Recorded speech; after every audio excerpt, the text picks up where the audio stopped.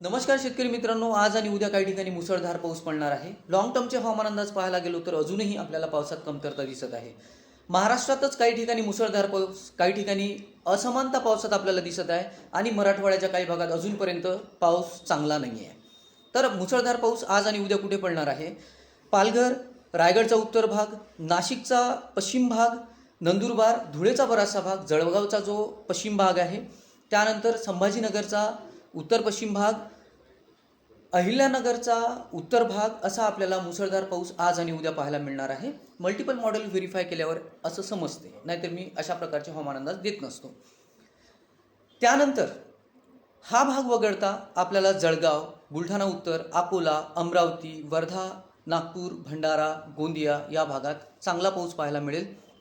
गोंदिया कमी, परंतु बाकी ठिकाणचे जे मी नाव घेतले या ठिकाणी चांगला.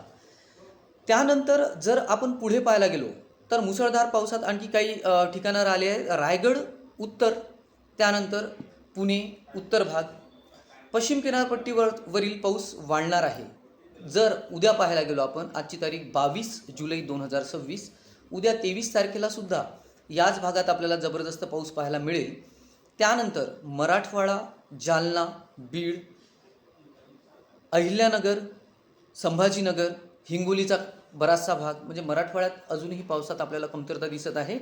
आणि विदर्भातही बऱ्याच ठिकाणी आपल्याला 23 तारखेला उद्याही पाऊस पाहायला मिळेल.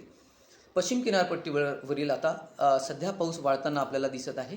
24 तारखेला आपल्याला पश्चिम किनारपट्टीवरील पाऊस आहे तसा दिसेल, पावसात थोडीफार कमतरता राहील आणि उर्वरित महाराष्ट्रात पावसात आपल्याला कमतरता जाणवेल.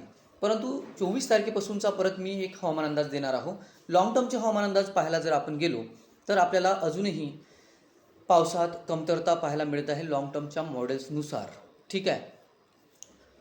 त्यानंतर लॉंग टर्मचे मॉडेल्स जे सध्या पाऊस चालू आहे हे लॉंग टर्मचे मॉडेल्स दाखवत नव्हते. अल निनो इफेक्ट प्रत्येक ठिकाणी जाणवत आहे आणि त्याचा अनुभव हा प्रत्येक शेतकऱ्याला सध्याच्या परिस्थितीत येत आहे. भारतात सध्या एक आंदोलन चालू आहे जंतर मंतरवर. ते विद्यार्थ्यांसाठी, विद्यार्थ्यांच्या न्याय हक्कासाठी ते आंदोलन चालू आहे. तुमच्या परीने, आपापल्या परीने जसा सपोर्ट करता येईल सोशल मीडियावर किंवा कुठेही, जर आपल्याला काही ज्या घटना घडतात त्याचा निषेध नोंदवण्यात तुम्हाला जर का वाटत असेल तर तुम्ही तिथे निषेध नोंदवू शकता सोशल मीडियावर वगैरे. आणि तुम्हाला जसा सपोर्ट करता येईल त्या आंदोलनाला, कारण ते विद्यार्थी आहेत आणि नीटच्या पेपरच्या संदर्भात काय घटना घडल्या, पेपर लीक, त्यानंतर विद्यार्थ्यांच्या आत्महत्या, ह्या सगळ्या तुम्ही पाहिलेल्याच आहे. तर आपापल्या विचारधारेचा प्रश्न आहे, परंतु ते विद्यार्थी आहेत आणि त्यांच्या न्यायासाठी ते लढाई लढत आहे. आणि काल तुम्ही पाहिलं की त्यांच्यासोबत काय घडत आहे. तर तुम्हीही त्यात थोडाफार सहभाग नोंदवावा असं मला वाटते. बाकी आपापल्या विचारधारेचा प्रश्न आहे. धन्यवाद.